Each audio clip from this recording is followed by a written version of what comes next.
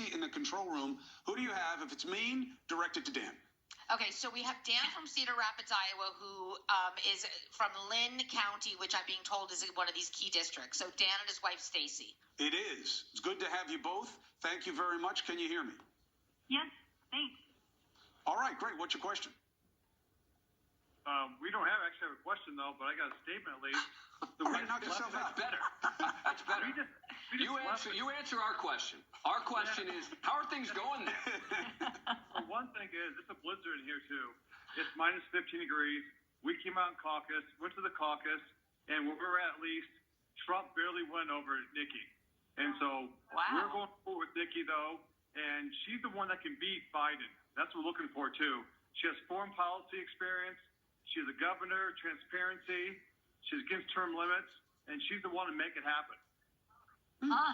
So I understand that was the expectation there in your county that Nikki might actually win and she didn't? I think that's my expectation. I'm not sure about the county league.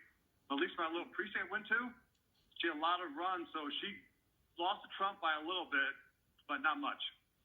Very, very interesting because, look, when you look at the numbers of appeal, we were talking about this here.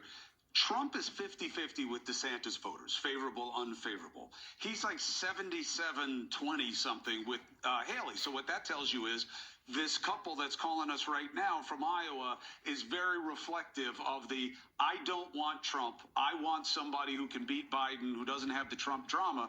That's Nikki Haley for now. Well, and from the beginning, it's always been said that if this becomes a two-person race, it could get closer, right? From day one, everyone always said the more candidates there in here, the better it is for Donald Trump, because it's Donald Trump against everybody else. Mm-hmm. If this does become a two-person race going into South Carolina, let's say, that could change the equation. That's usually about when. I mean, a lot of candidates will go to the Iowa caucuses and then hang on until the New Hampshire primary. And that's when the winnowing out usually seriously Ron DeSantis is going right to South Carolina. Right.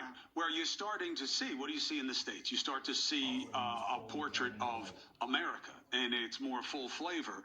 And then you start to get more of a reflection, even though it's a primary, of how these people would do in a general, which is why we watch. And to Dan's point, you hope that you're just going on the facts and what the people there say and not the hype and the hysteria of narratives to get clickbaits. All right.